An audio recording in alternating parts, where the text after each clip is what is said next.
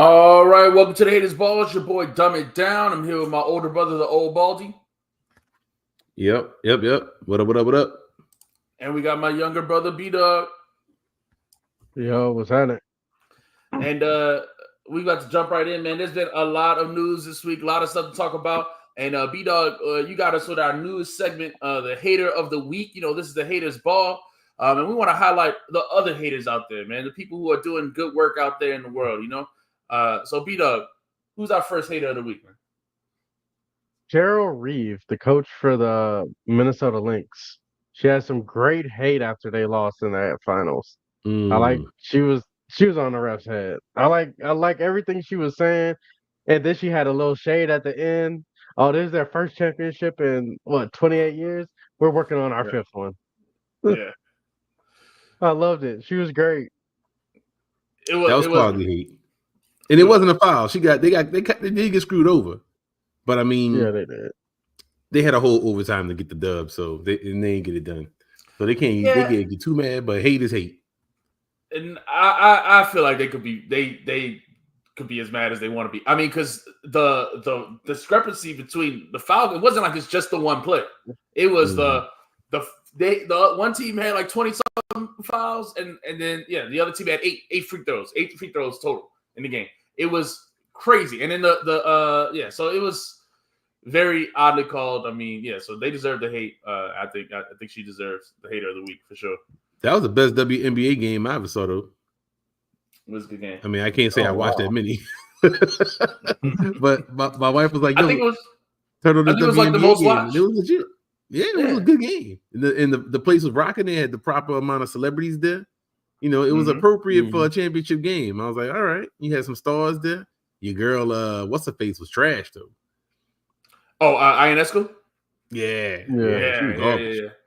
She pulled a Harden in the was clip. bad too. Stewie was bad too. But then they bailed her out with a non-foul. So she got the star power type call. So that was quality hate. That was quality hate from their coach. So to me, it's terrible. It's a bad look for the WNBA for the biggest game, the one that, like I said, for me, like I wasn't watching no other games. For to one game I watched and be so poorly officiated, I think, and get so much content. They don't care about that.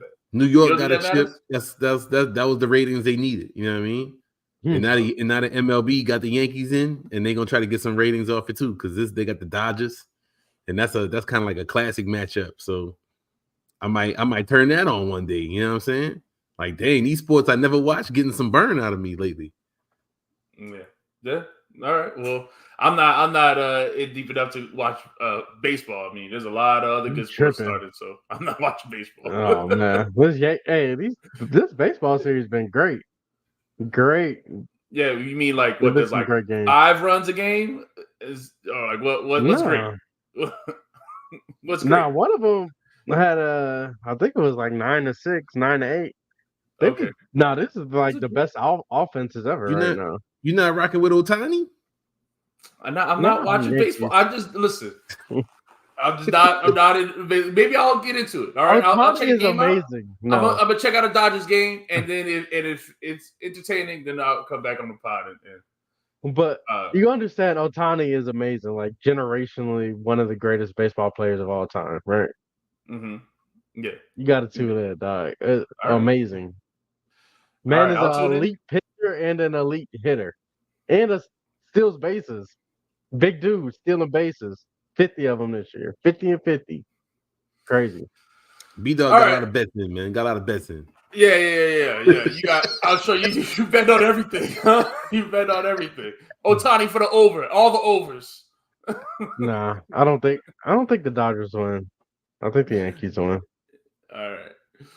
All right, man. We here to talk about the hip hop, and we got some hip hop hate this week for sure. We got a lot. So let's start off with Dr. Dre did an interview, and I'm gonna play the clip here in a second. But Dr. Dre, he was on Stephen A. Smith show, and with Snoop Dogg, and he had some hate for modern day hip hop. So we gonna check it out real quick. Let's see. Let's check this out. What would y'all tell an artist today that, you know, you're an aspiring artist, you want to make it, you want to get in the room and put that work in. Be original, because right now it's so much copycat, mimicking, sounding alike, imitation. Be original, find your voice, find your production sound, find your ear for who you are, and be original. Even if it ain't hitting, stay you. Find your collaborator. I just like, I don't like the fact. And I think that's big. What Snoop said is important, right? There's a lot of people who copycat sound the same right now. I do appreciate, you know, people who are original. And one thing you can say about Snoop, dude got like 20 albums, and they're not all good. Definitely not all good, but you can't say that he copied other people's music, like that he ever did that, like he was ever biting. That's a core tenet of hip hop culture, is to be original, or to, you know, to be yourself and be original. So, of course, man, that should be the thing. You would think that wouldn't need to be said, like that should be obvious. But I mean, I'm glad that Snoop said that. That makes sense. Yeah, for sure. All right, and then let's see what Dr. Dre got to say, because Dr. Dre got the spicy take right here. That there's like 9 different producers on one album. I like the idea of one producer on one album. The continuity is everything. Yeah, where did that come from? Where did it come from? Where you got cats that want to be with 9 different producers on one album and stuff like that? When the hell did that start? I don't know. I don't know, but I don't like it. All right. So first off, we gotta talk about this. All right. Do y'all think are albums better when they only have one producer, or are they better when they have multiple? And when did it start? Right? When did it start? I think on this video, one of the top comments was that it started with Illmatic, right? Everybody wanted to work with Nas. Illmatic's got multiple producers, all the best producers, and it's one of the greatest albums of all time. So already that's one example of an album that has multiple producers that is better than every other album, you know, that has only one, right? But do y'all think in general, if we took Illmatic aside, we took that out, are albums better with one producer or with multiple? That depends on the artist, man. That's the artist's vision, like how they put it together. You can there's a bunch of classic albums that have multiple producers. So I think Dr. Dre just kind of like having the one producer thing, because that self-serve him. That's like his thing, and they get people to come to him and try to get their whole album done. Yeah. Okay. So you think it's just a self-serving thing? Okay. What about you, B-Dub? That's tough. I do like the idea of working with one producer if you're trying to make an album that sounds all the same. But I don't know. Illmatic was just New York sounding though. I don't like, that's such a broad thing. I feel like you can easily get a lot of producers who can do that sound, maybe. Well, I mean, it was it's a lot. It was all the New York producers, you know. But my thing is, to me, this is I think is a kind of a lame take from Dr. Dre. I gotta say that. All right, I think, and there was a lot of, it wasn't just Dr. Dre. Other producers, current producers, you know, co-signed this on Twitter and stuff. So Timbaland, you know, co-signed this message. Metro Boomin co-signed this message, right? And my thing is, the reason why I got hate for this is that Dr. Dre don't make all his own beats. He's working with other people. So it's not like he's just, you know, when he's talking about this, he's talking about the classical producer in the sense of like a Quincy Jones or something like that, and that's kind of the producer he is, where he's going to arrange the music and mix the music and engineer it and stuff like that. And so he's like the one, you know, who's kind of like, putting it all together. But a lot of times it's the artist doing that, and the producers are just beat makers. They just like, look, give me that beat, and then the artists themselves put it together and kind of get the sound that they want, you know. So I don't think everyone needs a producer type of, like, you know, Westside Gunn already curates his own music and does a good job at it, right? There's lots of rappers who are proven to curate their own good sounding albums without the need of a like classical producer, you know. They just need beats. Give me the beats, and then I'll make the album, you know. So I think you know, I disagree with Dr. Dre on this. Yeah, I mean, everybody's different, right? When you got some artists that don't have that strong vision, kind of where they wanted to go. So when you think about it from their perspective, they might need that producer. And we've seen some artists do better when they got that producer, but other people are just fine without it. I mean, obviously, you know, people hold Illmatic in high regard, Ready to Die, so many other classic rap albums. You got the one producer, especially when it's in the camp, we got Tribe in the thumbnail, and it's the Q-Tip and Ali Shaheed working on this stuff, together, or however they worked on them. You get that type of thing where it's in the camp, RZA, of course, and other people like that on some of these albums. But you see these same artists, some of these artists are able to still curate for themselves, especially later in their careers. They know what they're doing. Mm-hmm. But do you think in general, which one works better? Because I mean, you named a bunch of good ones, right? We know the Wu-Tang catalog. When RZA was the one producer, they made a ton of classic albums. When we know people like even modern day, when people lock in with Alchemist, when Freddie Gibbs locks in with Madlib or something like that, they make great albums. So do you think in general, which one do you prefer? Which one do y'all prefer? The multiple producers on the album or the one? Nah. I think a majority of people make their best music with one producer. Nas just went on this run with Hip Hop. I don't know how you pick. One producer. I don't know how you pick. So think of your favorite albums. Which ones can you think of? Are there more that are just one producer or more that are multiple? Because recently it's probably one. Recently it's probably one. Except, I'm a huge fan of Westside, and he consistently has most of the time he got multiple producers on the album, on all his different mixtapes and stuff like that. But Pinata is one of my favorite albums. You got Daytona, so they do have some great ones. Yeah. I think Brian said it in the chat, right? It might be that artists, they need an executive producer. And that's what Dr. is talking about, an executive producer. Some artists have that ability to be an executive producer. People talk about that with, like you said, Westside. People talk about that with Rick Ross. Some artists have that ability and others don't. I do think Nas benefits from having an executive producer.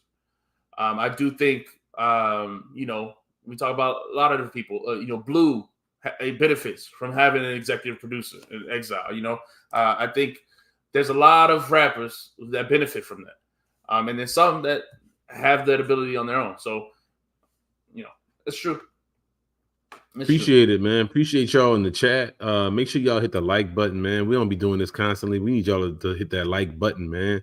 Brian, I appreciate you. The I Bryans, man, we killing them Y Bryans. The Y Bryans are consistently trash. And that shows that the I Bryans are superior.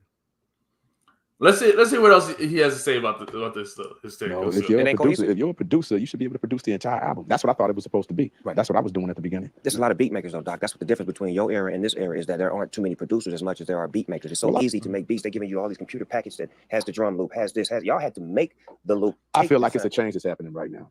From all this mumble rap thing and everything that's happening right now. There's somebody in somebody's garage that's happening right now that's going to be the next Snoop or Dre or next Prince or Michael Jackson or whatever, that's coming up with something that's going to change the game. It's got to happen right now, and it's wide open because everything that's happening right now in the music game is especially hip hop is weird as fuck. I was getting ready to go there. Why do you feel that it has to happen now? What is it about now that's happening that there's a level of urgency that makes you say change for the better? Well, it's going to get back to the musicianship. That's all it is, like real players. And I'm seeing it happen. I'm watching. I'm on the internet and I'm watching Instagram and things like that. And there's like these kids that are coming up that can really play, and can really write and sing and really doing some interesting rapping and shit like that.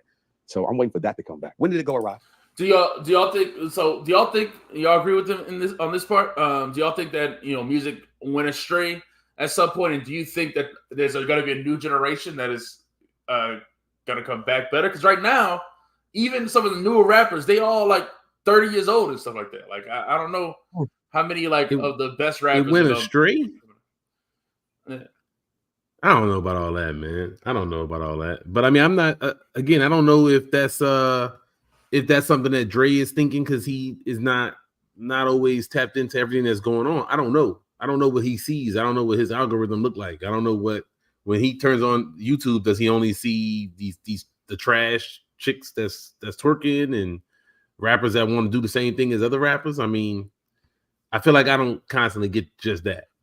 Well, I mean, everyone gets a lot of that. All right. So, I mean, that's out there. Like we said, that's clear. That's out there. That's being pushed by the industry. There's a lot of that. All right. But he's also saying that he's seeing other things. He's seeing musicians, growing up as well. Sound Mind. Shout out to everybody in the chat. Matt, you are Brian, everybody. Shout out to all you guys. Sound Mind says we definitely need more super producers again. I agree with that. We have a lot of beat makers now. It's true. There's a lot of beat makers, but there's also a lot of people that do full albums. Though. A lot of people. Yeah, there's a ton of those coming out. I feel like everyone who has a big name has made a solo album with somebody. Yeah, Conductor, Alchemist, Harry Fraud, all these people, Derringer, all these people all do their full albums, right? So like, I don't know who doesn't. Even Metro, Mustard did his whole album, it was trash, but like everyone does a full album, right? Okay, so I don't know who doesn't do full albums. Maybe it's not all have the same success, but so right here, you are said underground is good, but mainstream is so stale from rappers to the production. So I guess that's where Dr. Dre is, focused, the mainstream rap. And in that case, I don't know. I'm not as tapped in with all the mainstream producers. I don't know who produced Ice Spice albums or who produced the Glorilla album. I don't know who did all the beats on those. You know what I mean? We'd have to look at it. But let's continue on. I don't know, man. I mean, the biggest artists, like J. Cole, produces a lot of his own music, which is a different aspect of itself. I don't know I wonder what he thinks about that. But Drake has one producer that oversees everything, even though he does get beats from other people. 40 is going to touch everything that comes to him anyway. So I like the idea of that. If you have a man in your corner that's going to do everything for you. But I feel like you have to be a big artist for that. You can't be young starting out trying to do that. You don't have to be a big artist to do that. I mean, there's lots of people who have their guy that they always work with. Even Lupe always works with Soundtrack. You know what I mean? Like there's other rappers that have that. Blue always works at Exile, or not always. That's not true. Okay, but works with Exile, consistently. So there's rappers that have that. You don't have to be the biggest to do that. What else you got? You had something to say, Baldy? Nah, I think they got all kinds of people out here that's doing different things. I don't know. I hear this stuff. People say this type of stuff, and I don't know if they just not listening to everything that we listening to, if they're just in a different lane. Because the hip hop is so sprawling, like it's so wide. So I don't know, what people are hearing. Like it's when people speak as if hip hop is one thing or this is what's going on right now. I don't know if that's true. And like this comment from my man Brian, I don't think the hip hop sales have anything to do with hip hop quality. I don't think they correlate. I think that's what they want to sell in these big major labels. So if they pushing what's the shit they were saying, the Brat Summer and they pushing Taylor Swift and they pushing that stuff, then that's what's selling. They're gonna push that. If it's country is popping right now with white people, that's what they're gonna sell. I don't think it has anything to do with the quality of hip hop.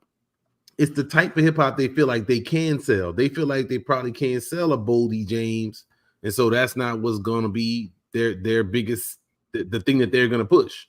So they're gonna get with somebody that's more marketable in their eyes, and push that. That's why you get these people that we think people call them plants, like Ice Spice, and then push that because twerking black women that's an easy sell in their opinion. They just feel like people love that. So I don't know if that's like some kind of lacking thing.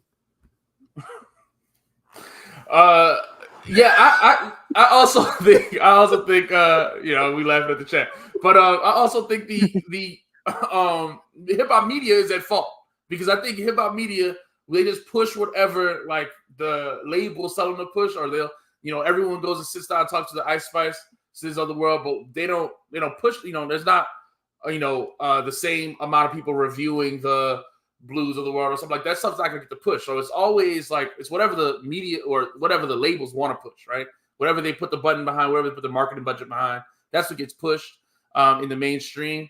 And I think in the 90s we were lucky that good music was pushed in the mainstream. and now it's all underground. So, but it was different though, man. You had to sell records then, so you had to be like the best of the best. Now they just take somebody, like, let's say you get hot, you drop a song, you and your friends make a song on Instagram, put that shit out, you start getting buzz. The label will come in, offer you a bag, a quick, probably a 360 or something like that, and then push that shit. Like you was already about to get it popping. Basically, they just looking for young people who they could take advantage of. I mean, they always try to take advantage of people, but it's different. They're not trying to really develop artists, make them bigger. Whatever. They trying to say, oh, your shit is popping. I see you got a lot of followers. Book, here you go. Let's push this or sing this song that we got. You already got one song. We got two more. We got some writers in the team. Sing this song real fast. They'll push that. And they don't care what it does, and they don't care what happens to you as long as you stay good for like a little bit of money. They squeeze some money out of you, and then they good with getting rid of you. So you see a lot more one-hit wonders, in my opinion. But you do have people that's original, even in the hip-hop space, like what's that one chick that they be hyping up that's super weird? Doja Cat. Doja Cat. Oh, yeah. Okay, she be kind of rapping. Yeah. Her shit is weird, and she be kind of doing her own thing. So I do feel like they got people out there. I just don't think that they're all getting that type of push. You could push. I feel like they could push women a certain way. Mm-hmm. You can't push like the gangster rapper, the thuggish man or whatever is not a thing that they really are wanting to. That seems out of style. And so, and even with women, it's a woman with a certain look, right? It ain't everyone. I mean, like, you know, like the Shade Noirs aren't getting the same push. As it's kind of light skin, or light skin women. It is. I mean, of course, that's going to be a part of it. Of course, they always trying to look for a certain look and things like that. Yeah. All right, let's finish up with what Dr. Dre had to say though. Shout out to Moni in the chat. Thanks for rocking with us. So let's finish up here. What did they say? From the standpoint, I'm just talking about the industry itself in terms of people doing things in a manner that you might. By the way, I'm not disrespecting anything that's happening right now. I'm just talking about some substance that's getting ready to happen moving forward. Okay, gotcha. I think the fundamentals was taken out of it. Like you had to have skill, you had to have professionalism in order to be an artist. Now you just have to have a phone. So it's a big difference when you had to have certain things to be qualified as an artist. Now it's just a phone makes you an artist, and something stupid or something crazy on the internet gets you 5 minutes of fame, and you take that and make a record, and you got a 2.5-minute song that's saying the same thing that somebody else just said. Now you consider it hot, as opposed to it used to be about creativity and understanding of musicianship, harmony, melodies. That don't even matter no more. It's just auto-tune. I want to sound like him. I want to say what she said, but I want to, do the same things, but just in my own way, as opposed to let me be original. One of the things that I've always said is that when people get on artists, I've always come to the defense of artists, and I look at the industry itself. Because if you're trying to make it and somebody's over and they're telling you this is what it's going to take in order for your music to be played, for you to develop and cultivate whatever your brand is, somebody is over you saying this is the way to go. And if you feel compelled, if you really, really want to make it, sometimes you got to listen to them. Well, that's how I felt. We never made music for that reason. Right. We never made music for the radio, right? We never was like, let's make a radio version. We always made music that felt good to us. Then when it got out to the public, we had a label that had ideas of do a radio version, do this, but we never went into it with that intent. Go ahead. See, Stephen A. Clown ass, man. I can't stand Stephen A. Man. Stephen A. Well, you got to do what the boss say, because the boss tell you to do some shit. You better do it, man. Because the boss, man. Ooh, I like to do what the boss say. Shut the fuck up. Nah, that's not what he was saying. Stephen A. Man. That's not what he said. Go ahead, Go ahead. I get what Stephen A. said. If you want to make it to the top, there's sometimes a way that they say that you should do it. Anybody that has expectations, there's always somebody at the top telling them, hey, we think you should do this or do it this way. It's not true. They might have told them that. They might have told Snoop that, but they didn't know nothing about what Snoop was doing. These people was like, oh, you're doing a good job, man. I don't know shit about this. Because these white people that was running the labels then didn't know nothing about that. There wasn't nobody to tell Snoop how to do what he was doing, except for Dre, who had come before him. Like there wasn't nobody else to do that. Like, it's not the same. You listening to these people that tell you now, who are they? Unless they got somebody, they did something that is respectable besides selling records. Like if they actually made some records themselves, if that's the people that bring you in and they got some things to say, that's one thing. But these executives, come on, man. That's not music, man. They sell records. They are salesmen. They know how to sell some shit. They're not musicians. They're not artists. And a real artist, not going to just let somebody come and tell you like, yo, you should do this. They're going to say, okay, that's cool. Like, I hear you, but I'm doing this. Like, I'm an artist. I'm not doing that. That sounds good. But we know there's a formula. There's gonna be the pop song, No. the hottest pop. Like that's all the same thing. And this is where it goes back to what he said originally. Because in the beginning, Dre came out with his own sound. It wasn't, this is what's gonna blow up on the radio. He started his own sound. Snoop, nobody was rapping like, he was like, this was gonna blow up the radio. This is what his sound was like. He did what he liked. And it just happened to succeed. You know, and that's the difference. Like, if you doing stuff, and that is why I think that is why there's a lack of quality in the mainstream. Because if you're doing something just to try to copy a trend, you're behind the eight ball. And then there's never, like, you know, any, like I said, anything new, anything fresh. It is the people who are the newest or the freshest, I feel like, who have the biggest fan bases, you know, in a lot of ways, or the most, you know, authentic fan bases. You still have those, you know, we're going to talk about Kendrick, but at least he makes something different each time he raps. Or Tyler. Tyler, the Creator. I was about to say that. All the, you know, kids love Tyler, the Creator. He's always doing something new or different, right? And so the people who are just copying the trends, they have a ceiling. They have a ceiling, you know? And a clock. And a clock, exactly. And so I think that's what they're talking about, you know?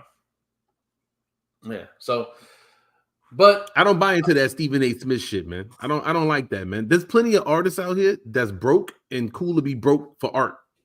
Plenty of them. I mean, I get it. It's America. We care about money, but a lot of artists are artists because they want to do art, and that's what they believe in, and they have other jobs, or they struggling, or they just do it on a small scale, or they only known in their area because they love the art. I mean, that's not the same thing, you know, as what he's talking about. And this is Stephen A. His main thought is always money. Money is cool. Money is the thing. It's gonna do a lot for you. But you heard what Snoop was saying. When Dr. Dre and them came out, he wasn't like, "Oh, this is the quickest way to make me rich."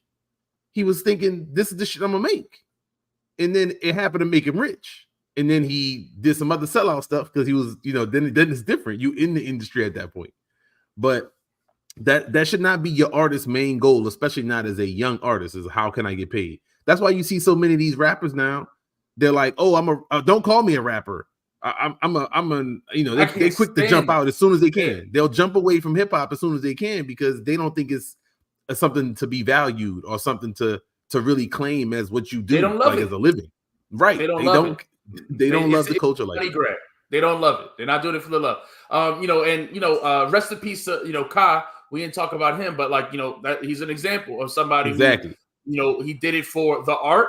And his music wasn't for everybody, but he made the music he wanted to make. He did it while, you know, working as a firefighter as well. And, you know, and that's what I'm saying. Just being true to their art. Like there's plenty of artists that are like that. And then there's plenty who are willing to sell out for a bag. And I just think that there's too many of those that are willing to sell out for a bag and not enough of those true artists that are pushed into the spotlight today. So. But I think they got a lot of true artists. That's the thing, is artists always exist. The question is, do you know them? Are they famous? Are they loved? Are they able to connect with the fan base in a way that, because there's so much crap that you got to go through to like get through all of these assholes and then get to the artists. Like you have to really be almost like willing to take time to shuffle through and get rid of people, throw people out the way, like, oh, this person's not an artist, and you find ones. You have to dig for it. That's people that basically, there's not a ton of them that you love this culture, so you want to go look. You know, somebody you hear word of mouth and you go want to check it out. Most people, it comes in your phone, you hit play, you check it out, you're cool with it, and that's a lot of people. That's a lot of the listeners. And it's so easy today. You don't have to be discerning. You'll just take it because it's just different. Yeah, it's fed to you in a playlist or something like that. Yeah. So let's I know we spent a lot of time on that. I want to get to our main topic for today, but that was a good conversation, and shout out to everybody in the chat. You guys have a lot of great points. But I want to get to the main topic, man, which is Kendrick Lamar. He came out, and did an interview, right? I guess, with Harper's Bazaar. All right. and he did it with SZA, right? So it was like a more of a comfortable back and forth, like chat between two friends, and it was written up. And of course, everyone's talking about the part of where SZA was asked him, "What does not like us mean to him?" Right? And so let's pull it up here. But he gave his thoughts on what "not like us" means. So let's pull it up. Y'all want to just get to that part, or read we ain't got to read that whole thing, but you got to zoom in. Zoom in, all right. On your browser. Let's see. Hit Control Plus. I'm doing that. Okay. I'm zooming in. Right. There we go. Now we can see it. Now we can see it. All right. All right. So where is it? Production values. Yeah, man. All right. So now I lost it. Okay. All right. So here we go. All right. So SZA asks, "Can I ask you a hyper masculine question? You can also tell me to shut the whatever. What does not like us mean to you?" Not like us is the energy of who I am, the type of man I represent. Now, if you identify with the man I represent, says break that down for me. Kendrick said, "This man has morals. He has values. He believes in something. He stands on something. He is not pandering. He is a man who can recognize his mistakes and not be afraid to share the mistakes and can dig deep down into fear-based ideologies or experiences to be able to express them without feeling like he's less of a man. If I'm thinking of not like us, I'm thinking of me and whoever identifies with that." So let's, I don't know if Moni still in the chat, but I saw she talked about this on her YouTube channel as well. But I'm gonna be straight up. I'm the Kendrick hater, right? Imperial Stats already said it. So I didn't like this answer. But I want to know, what are y'all thoughts on this answer first before we get into mine? So let's go with you first, Baldy. Oh, me first? I like this answer. I think that this makes sense. I just think that might be how he perceives it. I don't think that's how other people perceive it. I think other people just be like, "Oh, okay. They're not like us in something else," like as in like he's white. Or something more basic. I don't think the song says these things, and I don't think that's what most people think of when they hit us. So wait, go more into, because when the song came out, you said, because to me it was self-explanatory. When the song came out and you heard "Not Like Us," you knew he was talking about what you said, because you said you didn't think it was about being white, right? That some people I thought it was about being a PDF file. Okay, right, and that's the most of the song, right? That's what I thought it was about. He's not like us because he's one of a weirdo. Yeah. So that's what I think most people think of when they think of the song. Not all that stuff that he said there. Not that I disagree with the stuff he said in that particular quote, because I think that that's legitimate. That is what a man should be able to do, is kind of express themselves freely, without being scared.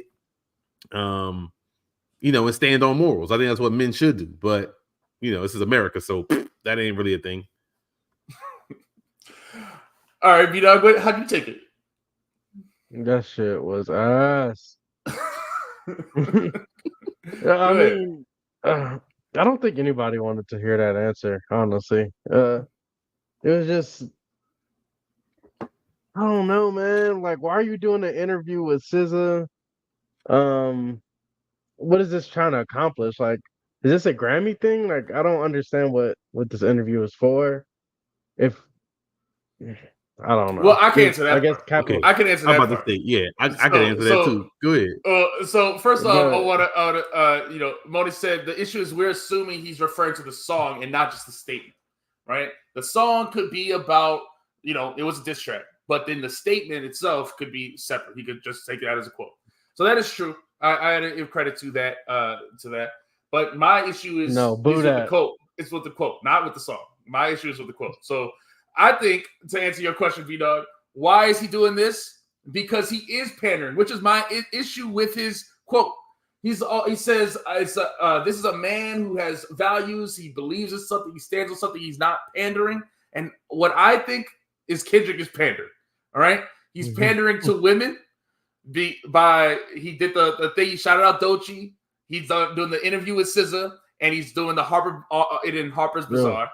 I think this is is that a women's magazine? I never read marketing strategy of his to try to capture, the hearts of women. Now, I guess it is marketing.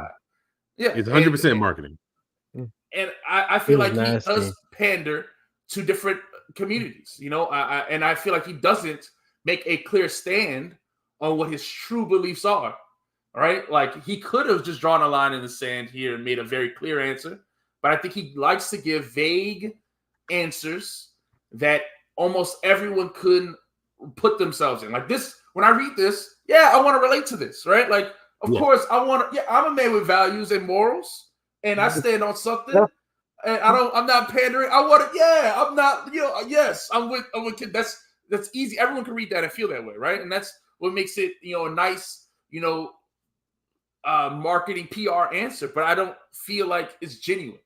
Like there's a difference.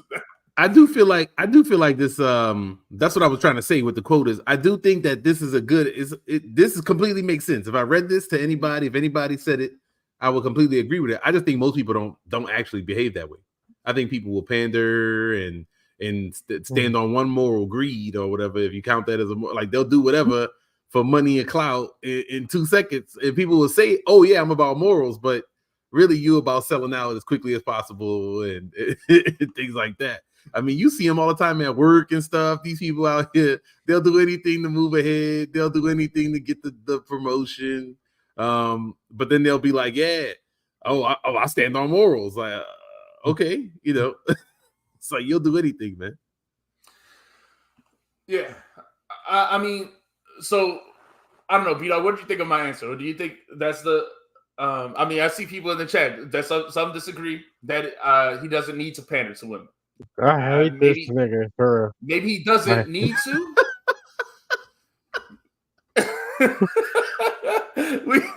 I feel like that's the real world, man. I don't know what world some people live in, but I feel like that's the real world, man. He also feel like he did this with the Watch the Party Die song, where he pandered to like the Christian community with the D1 and Lecrae shout out. But to me, why it's pandering and not standing on something is because he's not gonna like do a song with those people. He's not gonna like do something that will actually benefit it's just like virtue signaling to me. That's what he does. To me, when I hear a Kendrick song, there's like a whole industry of now of interpreting his songs and interpreting his lyrics because he's intentionally vague to me. He does not stand on something. He's intentionally vague, in my opinion, right? And so to me, Kendrick lyrics are like a horoscope or something like that, where like they're intentionally vague so that like it can like apply to everyone, you know what I mean, and stuff like that. It's like just this vague nonsense. Where people are like, oh yeah, you're Gemini, yeah, they that means you're like this, that, and the other, or, and people buy into all that horoscope stuff. That's how I feel about it and stuff. It's like fake deep. Some of them horoscopes be real, dog. No, I don't believe that stuff. I don't believe in none of that stuff. Come on, dude. Your moon is rising, man. Go ahead. Go ahead, Kendrick, what's your thoughts? That's all. Hey, I just hate this nigga. I'm gonna just be honest. I really hate this man. I don't understand. You make it like, personal, though. How we dissing and now we're just doing this fake woke shit after it. I don't understand. Just say I hate this nigga Drake. I wanted to kill him, and we shitting on this nigga now. Some form of that. I mean, he didn't even have to say that. He could have made it about because the album was about, like I said, he could have made a statement about anyone, who, like it could have been, if it's about the PDF stuff, he could have said, hey, there are people out there are willing to take advantage of others, and I'm not about that. Anyone who's about that is, I'm not like them. Like that, he could have made a statement like that. Very, very clear. Or he could have, if it was about the colonizer stuff, if he wanted it to be about that, he could say, hey, same thing. He could have made it a general, colonizer type statement, but he gave the vaguest answer. He gave the absolute vaguest answer, the most general, the one that it's not controversial. It's controversial because people want an answer, right? People are almost turned against Kendrick in a way. A lot of people on the internet, because they hate this answer. But really, but I see a lot of people angry about this answer. At least he's getting a lot of hate right now. I haven't seen it. I didn't see people talk. I mean, I didn't really see people talking about it. I try not to watch what everybody says about stuff I know we're gonna talk about. So now I don't see stuff till we get on here till after. So I wanted to hear what you had to say before I even looked at other people's opinions, so that I wouldn't be like tainted by theirs. Well, so Bonnie's saying, is that not what he said? Yeah. He does not say it very clearly. This is very vague. Let's reread it again. It's, if you identify with the type of man I represent, he has morals, he has values, he believes in something, he stands on something, he's not pandering. Number one, yes, okay, in this you can read, okay, you're saying that Drake doesn't have morals or doesn't have values. That's one way you could take this. But he's not saying Drake, what he Drake does be pandering. That's fair. But Kendrick's not saying what he stands on, right? He's not saying it's about whether it's about the PDF stuff or whether it's about the colonizer stuff or whether it's about culture vulture. It's really not. He's not really saying what his stance is. He's not clarifying his stance. Am I wrong, Baldy? You think he's clarifying his stance? Go ahead, tell me. Oh, I was just looking at the chat. I was trying to understand what's going on. I don't know what I was scared of. That's why I was trying to figure out what he was talking about. But it's all. So I zoned out for a second. My bad. Yeah.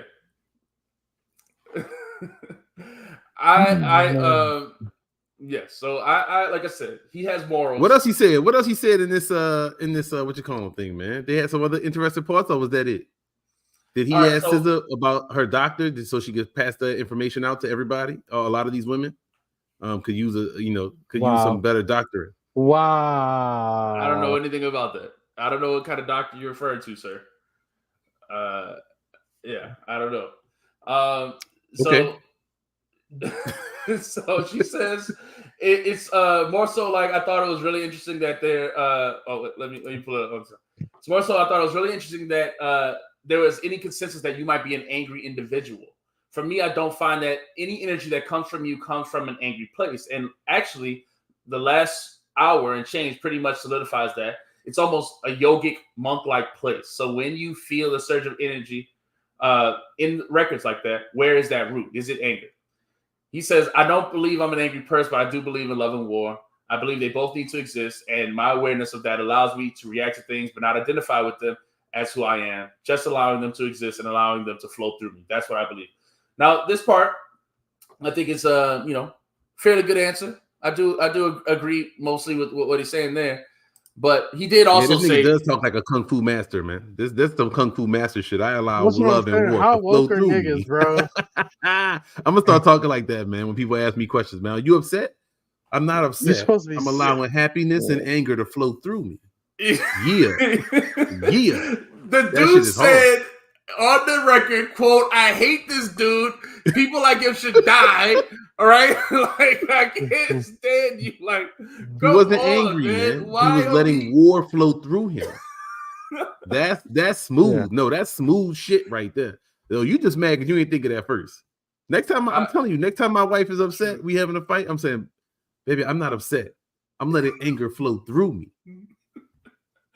That's true. No, that's good stuff. How woke are niggas, man? I don't understand. And then you're supposed to be sitting down with a friend. Like, why are these answers so PC? I don't understand. I hate PC answers. Well, I mean, it's in the. I don't know what Harper's Bazaar is, man. Is that a? I don't know. Fashion magazine, man. Look at the pictures of this dude. Hold on. Let's look at the pictures of this guy. Show me the pictures, man. All right, come on, man. He's out here stunting. All right. Oh, is that fashion? This is fashion. I guess. Wait, this is fashion right here. This is some nice Matrix cosplay. I love that shit right there. Guns, lots of guns. He go open his jacket up. Yeah, he making the same face in every photo. I guess this is like a Zoolander face. That's his Okay, so this is fashion. Fashion stuff. Yeah. All right, he wear all black. I like the all black look. Yeah, I'm not mad at it. Why you mad, dog? You got an extra large leather jacket on, looking like somebody straight out the '80s with that one.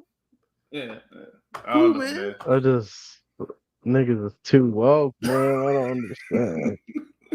Well, Is that you gotta woke? I say don't know nothing, what B you Dog. call You that. gotta do you have a point? B Or Dog, what? you're just mad because your boy People don't talk hurt like this in your real friend. life. That's my point. People don't talk like that in real You life. ever talk to the chicks that like the crystals and stuff like that and talk about your Nah. horoscopes? They talk just like this. That No. exact Nah. energy. Yeah, you ain't been in no kung fu, man. You ain't never learned from no masters. You gotta let it flow through you. People do not talk like this. It's not real. He not a It's not person, real. man. You He gotta, not a you gotta person. He above diversify. you, man. He a It's yogi, insane. a master. I've never heard no one I talk to me. gained respect. Now that you showed me this, I gained respect, man. Because that shit right there, that quote that you read about he believes in love and war and lets them flow through him. That shit was hard, man. Nah, I'm sorry. You got to use that. Look, I love this one. You all said cats who shop at T-Mart got the nerve to crack jokes. That's 100% me, dog. I don't buy no fashion clothes. For sure. Yeah. Oh, I'm gonna crack jokes though. That's what this is for. We've been here to hate, man. I'm not here to be like, oh, I like who's that designer? Oh my gosh, I'm gonna go check that out and look at his couture collection. I don't give a fuck. Right. So but that's a good one. Good one. All right.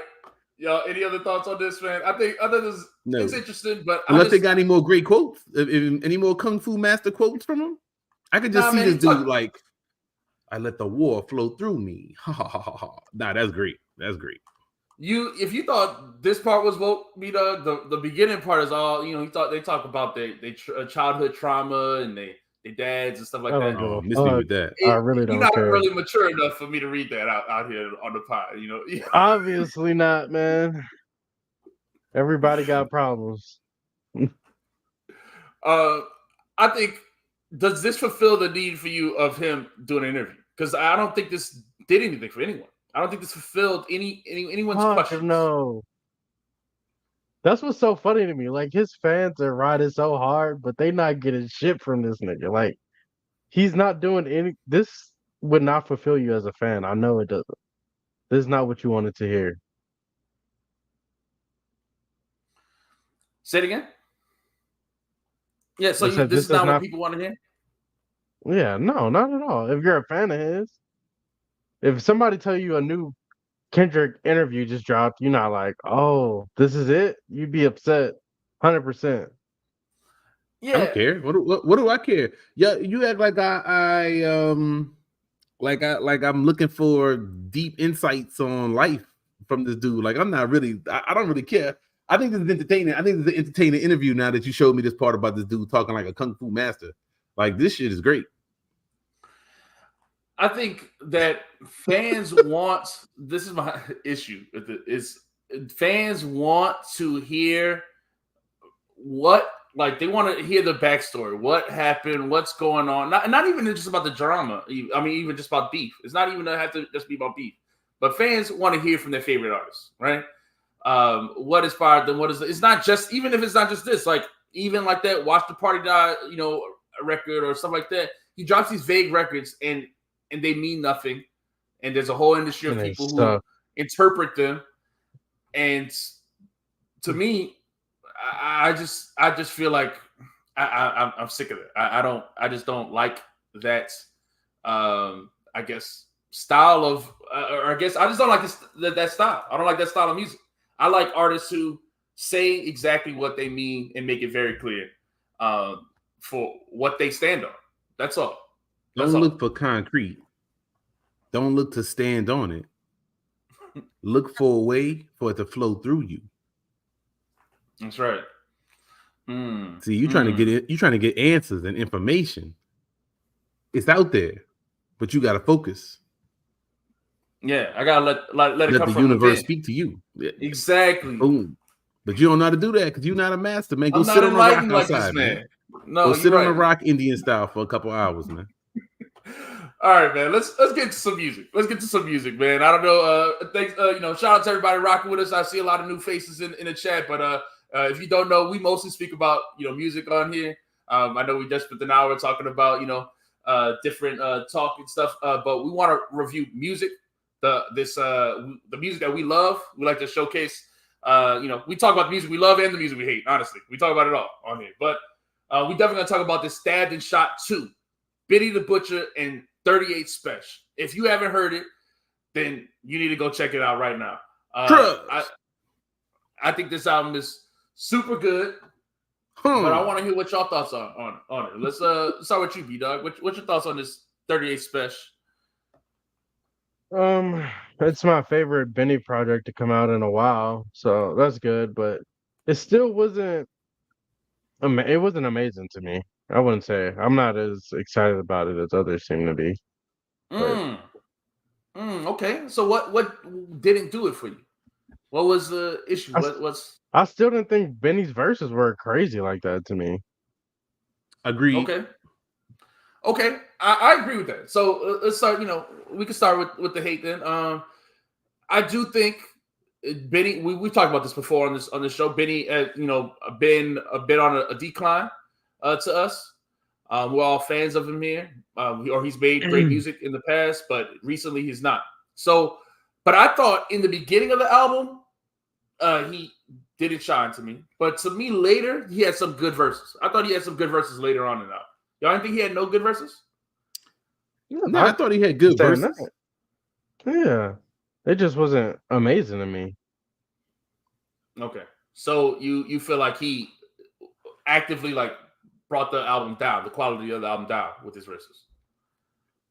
No. I don't know if I say that. I think that's a little extreme. Yeah, I wouldn't say he's bringing the album down. He's the weaker rapper of the two in this album, throughout the album, in my opinion. And I agree. I think that's undeniable, honestly. But then, to me, 38 Spesh has improved as a rapper, especially from that first Stabbed and Shot. To me, he's improved as a rapper. So I felt like, and then they go back and forth and stuff. And to me, Benny, like I said, it's not like the first few songs, I felt like Benny was getting washed. But later on, he just continued to, like I said, the verses got better, and there was some features in there that were really good. So I thought this album was great. I mean, this is honestly one of my favorite albums of the year. I think the production on here is great. I think 38 Spesh is solidifying himself as one of my favorites right now. He had another project earlier this year that was great. I think he's rapping at a very high level. He always has funny bars. He's always had funny bars, but to me, before, he used to be almost kind of like one note. It was always like these funny bars about say something super misogynistic or something. But now to me, he's got more bars. Just more interesting bars, more clever stuff. It's not just only about a woman or something like that. So I think he's rapping at a very high level. I think he's, and I think the features on here are dope. I think there's some really good features, and I think the production is dope. So I didn't love I'm not gonna sit up here and say I love the production. I do like a bunch of songs on here, a bunch. So I think it's a good solid 9 or 10. But I'm not gonna say the production is stellar. I thought it was some good songs on it, good beats, and some weaker ones. Yeah, I agree with that. Like I said, but like I said from the beginning, this is the best Benny project I heard in a while. Yeah, since shit. This the best one since what? Probably Burden of Proof or something. Plugs 2? Yeah, I think it's the best as Plugs 2. Burden of Proof? Yeah, maybe. I don't know. It's the best one for a minute. But Center Stage, I like a lot. There are I think 8 different producers on the album. 8 different producers. I enjoy the production. I think to me the best song is Jesus Arms with Bus. Yeah, I like that one. And I love the way it starts. It starts with there's no intro. It just Busta Rhymes just jumps right in, right? Mm-hmm. And even the way, because I like Brick Specials too. I like that song, Brick Specials, and I think Benny has one of his better verses at the end of that. Mm-hmm. And then it ends it, and then it's like, that song fades out, and then boom, like Bus just starts the next song like straight away. It's so good. I think that's one of my favorite things about this album are that they're very like there's very little like long intros or long outros. It's just kind of like the songs go rapidly. There's very few hooks, so it's just like verse after verse after verse. It has more of like a cipher or a mixtape type feel than it does like a full like I love it. I love it. Get these hooks out of here. If you ain't good at them, don't do them. I completely cool with getting rid of them. So for these two dudes, get rid of them. I don't need them. I love Internal Affairs, even though I don't like OT the real. But I thought he had a great verse. I think the verse is cool. But I like the beat on there, and I like their verses on that one. Okay, all right. I thought that he had a great verse on there. I like Power. I like Coke Runs. I like Intent to Sell. I mean, to me, especially the back end of this album, Watch List. I feel like everything from Bad Guy on, I love. I don't know. I don't know about that. I don't know about Bad Guy, but I ain't mad. Okay, all right. Vinny the best? Nah, I don't know about that, man. But I'm glad you repping for him though, bro. I'm glad because I do want to see like his fans like rocking with him hard, heavy for these last few albums. I feel like he kind of is down, But if y'all got it, I think this is a nice return to form for Benny, and I hope he stay on this trajectory so we keep getting some stuff on this type of level, man. I just don't want to hit the mid Benny. I don't want to hit the weak, the hooks and trash Benny. This is the type of Benny I think doesn't work out. Benny needs to link with Glorilla or something. I think he tried that with his last album, linking with big names and going for the radio hits. That's the kind of thing that Snoop was just talking about. I think that just lowers his artistic quality. Stretching for what he's not good at just to get on the radio is just not it. He already built a fan base doing what he does. Just stick to what he does. You can do stuff that's not in your comfort zone. Like if the difference is what's the reasoning? You know what I'm saying? So like, are you putting it out? Are you trying to get to these different areas and work with these different type of artists because you want to make that music with them and it's going to make something that's going to come out good? Or are you doing it because you think that's going to help you get radio spins or whatever is the popular thing? I don't have a problem with you going outside your comfort zone. In fact, that should help you grow. It's just I don't need to hear Bron ever again. You know what I'm saying? But this right here is more what I want to hear. But that's what I'm saying. Like when we talk about when we were talking about earlier with the Snoop and Dr. Dre stuff, Benny is trying to become bigger. And what Stephen A said, like sometimes you feel like he feel like he has to make a song that sounds big like this to become bigger and this and that to get to that next level. But I mean, how you tell a man like your ceiling is so high? That's what I don't understand. Like, because he doesn't make mainstream. His best music is not gonna ever be mainstream. I disagree with that. So first off, I just said the album is fire, so I don't really know, why. We attract the haters. It's all good. It's all good. We appreciate all types of haters, man. Yeah, we all got different opinions, man. We all here to share our opinions, dog. So if you, I think fans of any artist get upset when we review their music because we hate on that's like we tell our opinion, man. That's what we do. So, but I like this album, and I think this is a return of what he does best. So I think this for any Benny fans to me should love this album. 38 Spesh fans should love this album, right? I think they're both, doing what they do best. But for when you say that this is putting a cap on Benny's success, I don't think that's true. I think people can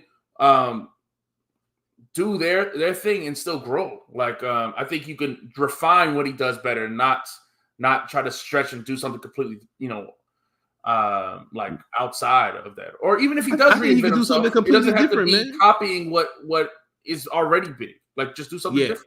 I think he could do something completely different outside the box and do a song with somebody that people never would expect, and it could come out good.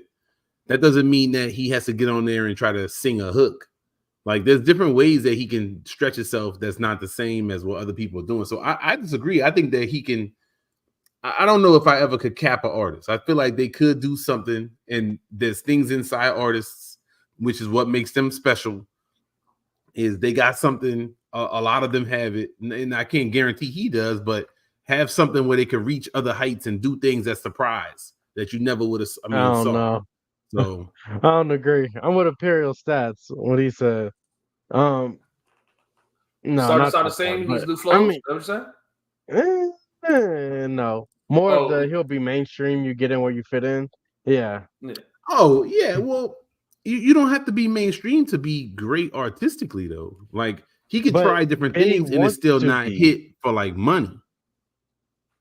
Nah, to me, it seems clear that Benny wants to be a mainstream, bigger artist.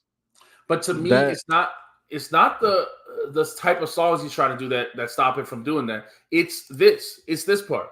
He, to me, is not very versatile. He's not good at a lot of things. He's good at what, like, he has a flow in his last on that Everybody Can't Go album, right?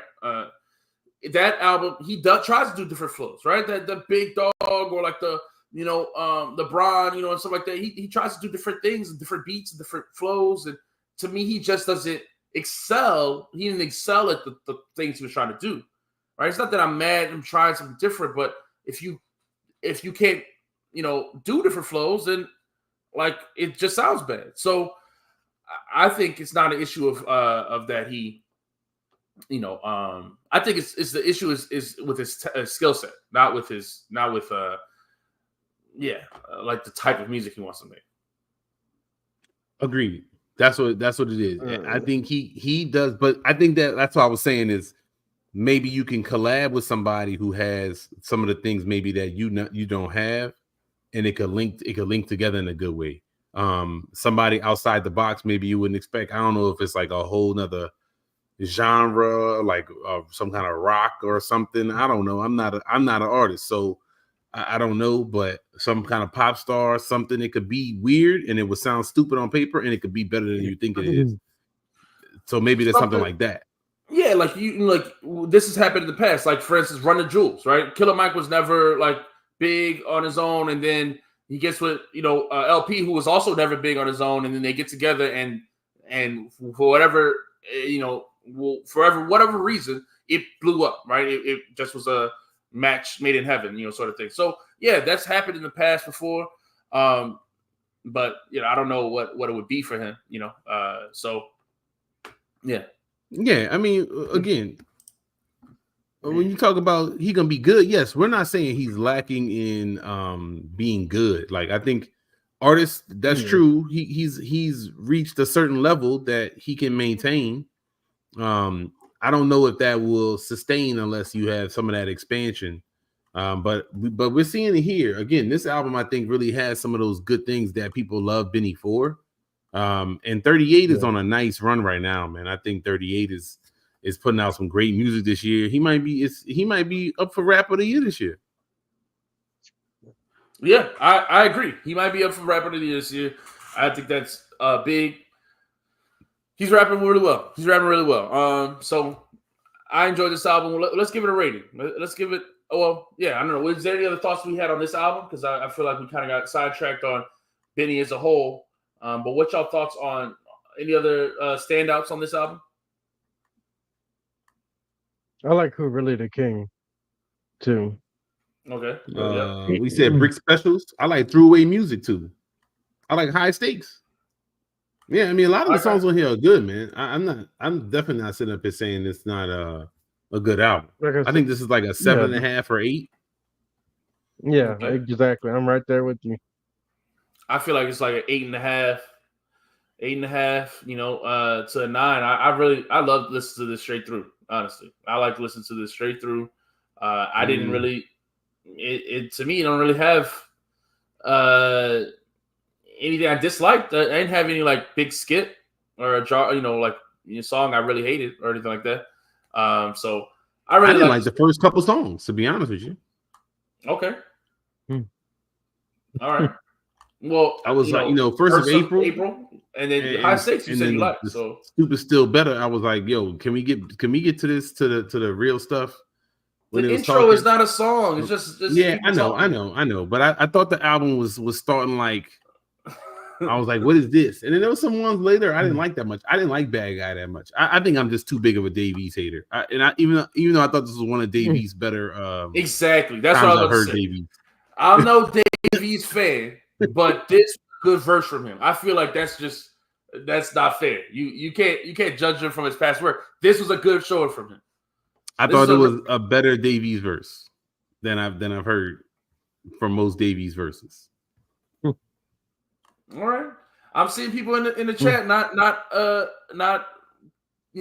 feeling it as much as we are. So, I mean, look, we have I don't people understand the chat, man. When we hate, they mad. Yeah. When we like, they mad. You know what I'm saying? Y'all chat dudes, y'all got to get y'all mind made up, man. Yeah, you know what I'm saying? Your boy said we was hating on Benny and we giving the album a good rating. Yeah. Where he at? He not. I don't see him in there no more. But we got like, This is my problem with fans, man. If you're not glazing it, we should have. This is how we should. This is what he wanted the review to sound like. Benny the Butcher, he's back, man. He's back. He's killing the game. He's about to take it over. This is the album of the year. It's awesome. That's what he wanted it to sound. All right, he wanted every one of us to say it, but that's not it. So, and then the rest of these people, they wanted us to trash it. They want us to trash it. And I know some of y'all like when we trash the album. And listen, you get plenty of that when you come on in, but. We like the album. We're not gonna lie. So can't trash everything, man. Yeah. So, but yeah, shout out for everyone who stayed for the music conversation. That's for sure. Let's get back to any other thoughts before we move on to other topics. Nah, I'm glad. I hope Benny got another run coming, man. Me too. For sure. This is positive. Yeah. Exactly. I only wish, we only wish our favorite artists the best. Even if I don't like these albums, I hope every one of them sell. Like I don't wish even Kendrick Lamar. I don't wish no rappers like fail. Like that's not. We just talking about Kendrick. I wish you fail. I was gonna say you wish Kendrick fail. Stop lying. Stop lying. Yes, I do. You wish you're ill on this man, dog. And we know B-Dog. He still hurt because Drake lost. That I like. You heard because Drake lost, man. Come on, man. Stop, man. Nah, your two favorite rappers went up against Dot and lost. That's true. So you scarred. Right. Yeah. Let's y'all want to talk about Tribe making it into the Hall of Fame? Yeah. Rock and Roll Hall of Fame. All right. So for those who didn't know, Tribe Called Quest got inducted to the Hall of Fame, and they'd been nominated a couple of years leading up to this, but this time they finally were inducted. Rock and Roll Hall of Fame seems to induct, but pretty much like one hip hop artist every year now at this point. And so this time it was Tribe Called Quest's turn.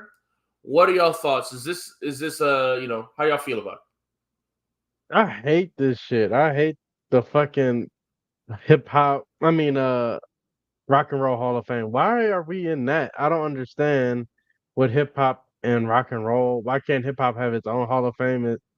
At this point, the genre's been around long enough. I don't get it. It's not a niche genre that needs to go into a secondary spot in a different Hall of Fame. Go ahead. It's my turn. I will say, well, in one sense, I want to say, I understand that sentiment, and I've heard other people express that. But on the one hand, I feel like hip hop is in a way, rock and roll, and so I feel like it's fair for it to be enshrined there as well. My issue is that it's not fast enough. Phife is unfortunately passed. It would have been great if this type of things happen when our hip hop artists are still alive. But our hip hop artists are dying. I mean, they're dying. you know, a lot of times they get this type of praise, you know, past due, and just if it's gonna be one rapper every year, it's never gonna happen fast enough. Like there's so many legends that will not be inducted. I'm not mad at that. I'm not. I mean, look. It's a Hall of Fame. Everybody shouldn't be getting in, man. It's not like that. You don't want it to be like the basketball Hall of Fame where all kinds of niggas getting in. That wasn't really like that. True. Like it's supposed. You want it to be a few people. So I'm not mad at that. I do feel the same way though, B-Dug. Like I feel like we should have our own stuff that honors hip hop culture. It would be honored differently as far as the way it's presented, but I thought they did a good job, you know, and they've done a good job honoring these rap legends that made it in. And so I don't really have an issue with the Rock and Roll Hall of Fame. I just think they're a Rock and Roll Hall of Fame, and they don't necessarily uphold some kind of. They're not focused on hip hop culture. They have other criteria in mind, other things in mind. But they those people that are in, they have honored appropriately, in my opinion. Yeah, I feel like Rock and Roll, you know, Hall of Fame kind of, you know, values the timeless music. You know what I mean? Like the, you know, the long lasting, the longevity, the people who you know, did something that lasted a long time, a legacy that lasted a long time, right? So the people they've inducted, you know, whether it was NWA or you know, Eminem, of course, got inducted, of course, Tribe. They're not all the same. Like Eminem, obviously big successfully, you know, like numbers wise, and so is like Dr. Dre, but like Tribe, you know, not that same type of commercial success, but they still, you know, inducted. They inducted Run DMC, I believe, and who else? LL Cool J. So a lot of it is like, you know, people who have, you know, a legacy, you know, a clear, you know, legacy, you know, an undeniable one. So I just think. But they'll never have in, and I think they did do like Grandmaster Flash, right, in the Furious 5. Yes. But to me, they won't ever have a spot, or maybe they do. I haven't been there, you know, where it's like really focused on maybe some of the originators, maybe some of the unsung heroes, maybe these different portions of the genre. Okay, great. But there's a lot more to hip hop than just these acts. And these acts are great, but there's other people, like there's other elements of hip hop as well that so a hip hop museum would kind of incorporate that more, and they think about it like the band, like a rock band, because that's kind of what rock is. So you know, it's just different. I appreciate that they do it. I saw a lot of rock fans mad about it, and I kind of understand their perspective when they have a list of people they feel like should be in that's not in the thing that's called the Rock and Roll Hall of Fame, and then they have all these bands that they feel like should be in, and they feel like maybe Tribe is not rock and roll, which I don't really have an argument against that, except for the lineage of the music and kind of how that all is black music. But you know, you're right. Luckily, we have somebody like Eminem here to show us the way. Who created hip hop, the greatest of all time. Yeah. Speaking of this dude, we gonna keep talking about this topic. You want to talk about this topic some more? I mean, we can move on. I like it. I think you know, it's cool, but I agree with y'all. If we had our own, we'd have more acts in. But yeah, I don't know. Yeah, we can do. It made me sad like, too. Go ahead. It made me sad, not without Fife. I can't think of Tribe, you know, without Fife, of course. And like I feel like he almost like died for this shit, like making an album, like, you know. So I kind of, you know, it's just kind of bittersweet, of course. Anytime I see him, that's why I put an old picture of him in the thumbnail. I saw the Q-Tip. You know, I saw the people they had up there that was accepting the award. The presentation that they had was cool. But I felt like I had to put an old picture because it's just so funny to see them, you know, how young these dudes were, how different they are than other people. You know, they really represented like a certain type of black dude in the 90s, like not the same thing. They definitely weren't. They were just kind of their own thing. They really were doing their own thing. The original, different sound. Yeah, the jazzy, you know, I got so much love for Q-Tip and. Yeah. which is like way more, like without them, like I don't think, you don't get the, like the Dillas, you don't get the Alchemists, like Kanye. yeah, like, I feel like they have, like a big lineage. So I feel like they don't get enough love in hip hop. There's not enough people. The people who love Tribe, right? But there's not like the average hip hop fan, they don't know Q-Tip like they know, Dr. Dre or like they know Kanye, you know what I mean? So I feel like they deserve the praise. Well, this is the issue right here. We have billionaires in rap. And so we should have a gigantic, huge hit museum that these billionaires and other people help. We've been around hip hop culture now for years. Many people, I think, would be, and I think they started these, right? What's the one that Nas is working on? I saw that he did the one where they just did some awards for different people. So I don't know what that group was through and if they have a building yet. I know they're supposed to be building a hip hop museum. I don't know if they plan on having, the same type of awards, but they had the Rock and Roll Hall of Fame is that cool like pyramid thing looking like the fake Louvre or whatever. Mm-hmm. I feel like we should have like some kind of gigantic memorial to hip hop in some kind of weird, some kind of cool place in New York City or something that represented the culture, and that we have all these people that should put it up and make it happen with some sponsors. Of course, you got to get sponsors, some corporations out there. But it's a museum, like that's what. No, it should be a Hall of Fame that's legit, like exactly. But that's my issue with it. Like you said, we got several billionaires now in hip hop, but it still seems like hip hop's always pandering to the needs praise and approval from and validation from these outsiders instead of being internally sufficient. Whether that's in the rappers unionizing or like getting together in some way, is just a lack of organization to make it happen on a high scale level. And that's look, that's the story of because there should be a dope ass building like that you look at it and boom, that's hip hop. That's the hip hop museum. Like a giant turntable or something like that. Like something. I don't know what it would be. It don't have to be. It just got to be an iconic type of building. It's got to have some kind of look to it that you see it. Like I went to the African American Museum in DC, and that is like brown on the outside. You see that shit, it's like, oh, that's the Black People Museum right there. Like that shit is dope when you go in. And that's one of the coolest museums too. So big. Yeah, because you go in, it's like you're at the bottom. And then like we in chains, and then you go up, and like we not like it's crazy.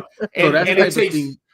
I spent all day just going to the first 3 levels. I didn't even get to the upper levels. Like, so that's the type of thing that should be though for our history, some kind of like where the whole thing has thought process to it, and it's purposely built to kind of make some kind of message like that, and that's the type of thing that I think the culture deserves. So we got to get the charter school jigger and other people that got the big paper, get together and kind of and put the money up. And if somebody wants to give us 100 M's, we'll work on that. Yeah, I'm not working on that. I don't know nothing about architecture. Right, exactly. We're not doing the whole design. But talk we to the could people that talk to the people. B-Dog wants, if we want to just, get validation from outsiders, like everyone's, saying, and I appreciate Imperial Stacks. He looking out for us. He wants our YouTube channel to grow. There's a lot of fans in here who want our YouTube channel to grow right here. So we got to talk about Eminem, man. Eminem. All right. The GOAT, the greatest rapper. All right. Yep. Look right here, man. He went out there and endorsed Kamala Harris, right? And he really introduced Obama. And so, I don't know if y'all want to hear, it's real quick. I think Vice President Harris supports a future for this country where these freedoms and many others will be protected and upheld. And here to tell you much more about that, President Barack Obama. Oh. I gotta say, I have done a lot of rallies, so I don't usually get nervous. But I was feeling some kind of way following Eminem. The GOAT. Now I notice my palms are sweaty, knees weak, arms are heavy, vomit on my sweater already, mom's spaghetti. I'm nervous, but on the surface, I look calm, ready. Drop bombs, but I keep on forgetting. Look, though, we gotta look at the reactions of the people in the background. Look, this is hilarious. The GOAT, man. That's what I'm saying. That's why you got the GOAT. He ain't rapping no jigger lyrics. Vomit on my sweater already. Mom's spaghetti. Look at this. Like this. Some of these, the white people. Look at the big smiles on the white people. Look at that black dude right there above this blonde girl. Like he's just like, okay, man, come on now. Yeah,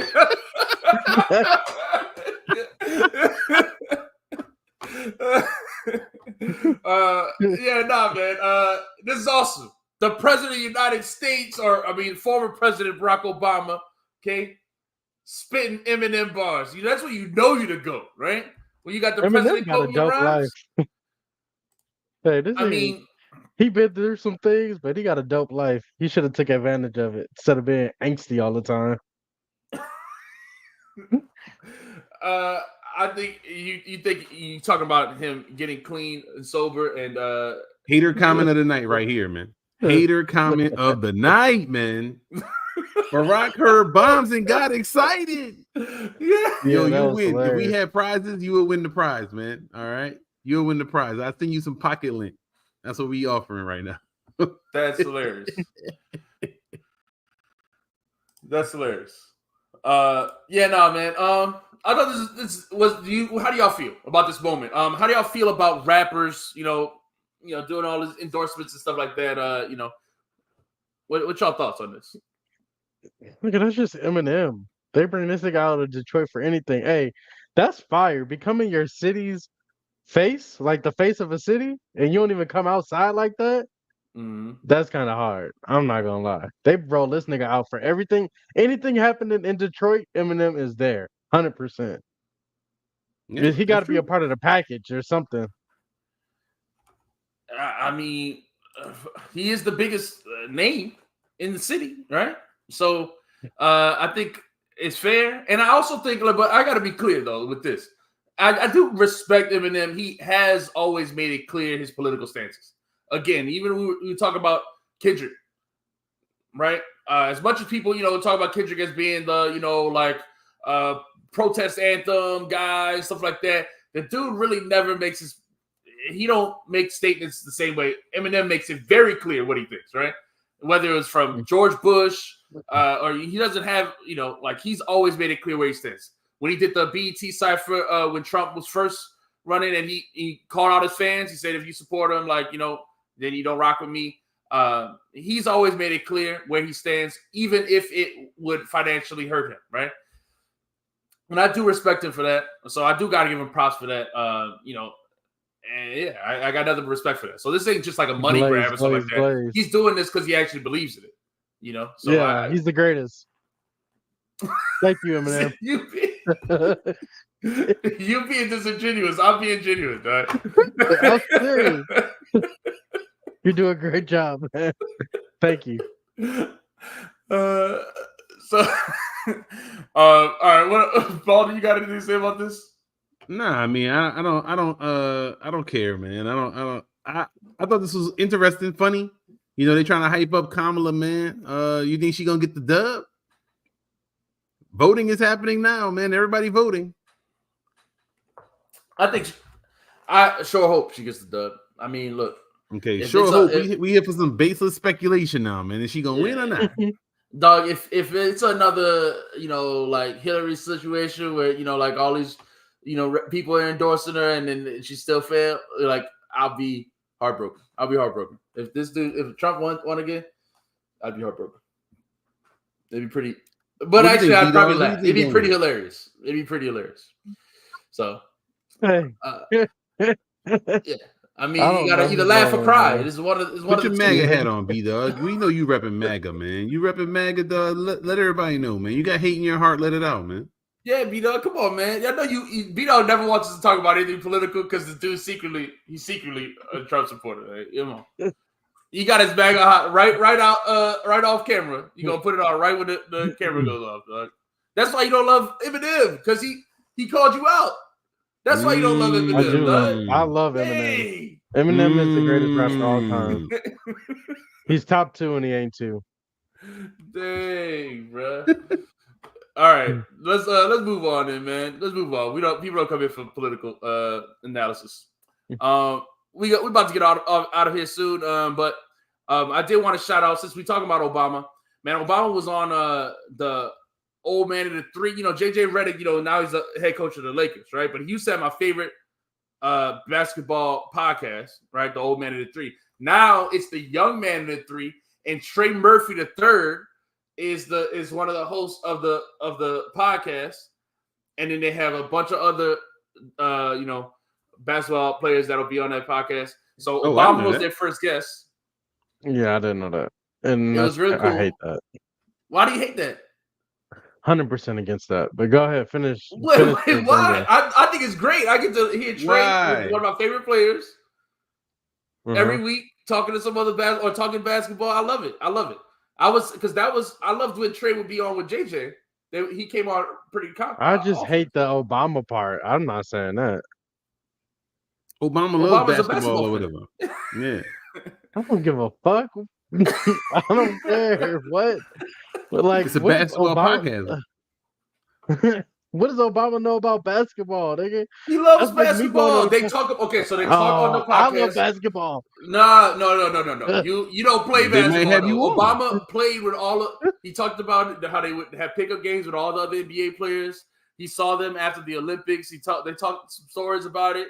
Obama was ranting on Tyrese Halliburton about not playing in the All-Star game. It was a good podcast. Okay, y'all check it out. But the point was, we are Pelicans fans here, and I was shouting out the fact that Trey is on the podcast now every week, and that's dope. That's what the whole point. Need to get off that damn podcast and work on that rehab, nigga. All right, Baldy, you got it. I got nothing for that. That's hilarious. I'm gonna check it out. I guess. I mean, I don't know. I don't really want to hear a basketball podcast like that. Not for too long, man. They be talking about nonsense sometimes. But if Obama talking about the NBA season, what's gonna happen? I might check it out. Obama will cross up Bronny. He said that he crossed up CP3. He said he shook CP3, broke his ankles. He said it on the podcast. Did CP3 punch him in the nuts, or did he hold it back because he's the president? He held it back because he's the president. Yeah. Oh, okay. Exactly. They don't play that nigga hard. That's why it's stupid. They don't play hard in the All-Star game either. But I mean, hey, that's stupid too. I'm against both of them. And then last 100% beat Obama 1v1. Eminem's winning against Obama 1v1. 100%. Eminem don't play basketball, dog. Come on now. You think Bronny is? They both 50 years old. I mean, it's not like one's younger than the other. Obama got to be 60, huh? And he still beat Eminem. He's still gonna whoop Eminem. Never happened. Not my goat. Not my goat. Never happened. All right. Last thing we got to talk about is y'all. Since we talk about Pelican stuff, y'all were hype about this Brandon Ingram game. Yeah, you gotta apologize. You gonna apologize? You gonna take your hate back? Undefeated. He's never lost this year. He don't even know what losing feel like. He does know what losing feels like. Yeah, he got swept in the finals. Are you gonna apologize to this man? 33 points. No, not at all. Not at all. Let me tell you. Let me double it down. I'm doing the opposite of apologizing. Because let me tell you the truth. Because y'all, there's a lot of Pelicans fans hype about this one game. All right. The issue is that he won't play well with Zion, right? Because he don't take threes. He took 5 threes in this game. All right. And he took 12 mid-rangers, only made 4 of them, only made 4 of the mid-rangers. The dude still has poor shot selection. He's still going to suck when we need him. In the time that it matters, he's going to suck. But what I do hope is that he balls out for the next month and that some foolish GM out there is desperate to get him, and that we actually could trade this dude. I hope and pray for that. So this is not an apology. I can't wait to get rid of this dude. Hey. He's a bum. He shot over 50%, by the way, with his bad shot selection. When he took it to the rim. That young center is what I'm really excited about. That dude wound up playing more minutes than our starter. They were just like, oh, this dude is actually really good. So I'm hyped. No, that's surprising. I'm looking forward to seeing the whole team together, man. I don't know when that's gonna be. Is Zion gonna play tomorrow, next game or whatever it is? They said he might not even make the trip, dog. Oh, for real? What this man got? He got COVID? He has illness, but he about to miss a whole week worth of games? What he got? An STD, man. He got an STD, man, from Mariah Mills. Speculation, man. That's crazy. Hey, man, look, you getting with porn stars? It's wild out here. Gotta be careful, dog. Yeah, nah. All right, everybody out there, man, practice safe sex, and I think that's what we in the. Also, our meds got hurt. DeJounte hurt already. Like, how we lose our starting point guard already? Yeah, they said the curse, the Saint Cemetery where they built it is spread underneath the Smoothie King Center too. Like, it's all. I believe that. I believe that. Let's tell you, I don't believe none of the horoscopes and stuff like that, but I believe in that curse, though. 1,000. Now, how you gonna believe in that, but then not horoscopes and stuff? That stuff is legit. No, that's legit. Indian gravesite is legit. Those are facts. Okay, this is not. This is not the same as the stars. Looking up at the stars and telling me about my day. It's not the same thing at all. Wait. The stars could be telling you stuff, man. The stars don't talk to you, bro. I didn't say they talk to you, but they could tell you stuff. What about you believe the palm readers? The palm readers? No. What about the psychic cards? Stuff? What about the cards? The tarot cards? You believe those? All of that. They all do the same thing, bro. They do the Kendrick Lamar thing. They say something vague, and you find meaning in it. All right. They say something vague, and then let the YouTubers find the meaning in it. All right. Okay. That's all. That's it. Okay. So look, I'm not an expert, so I don't know, but sometimes that should be sounding legit, man. All right. Well. People got to tell us in the chat. Let us know in the comments, man. Is that stuff real or not? All right. I appreciate all of these people that was on here. I think we had our highest number of people on viewing at one time earlier. So respect to y'all, man. Appreciate y'all, man. Please make sure you hitting like and sub. All right. Hey, that's fucking hilarious. This man said, cross that room, but scared of a 5'7" nigga from Cali. That's funny. All right. Yeah, you and B-Dog both sick, man. This is a great. Oh, man. All right. Peace. We got a Tyler album next week. I'm excited. Yeah. And we got good music coming out next week.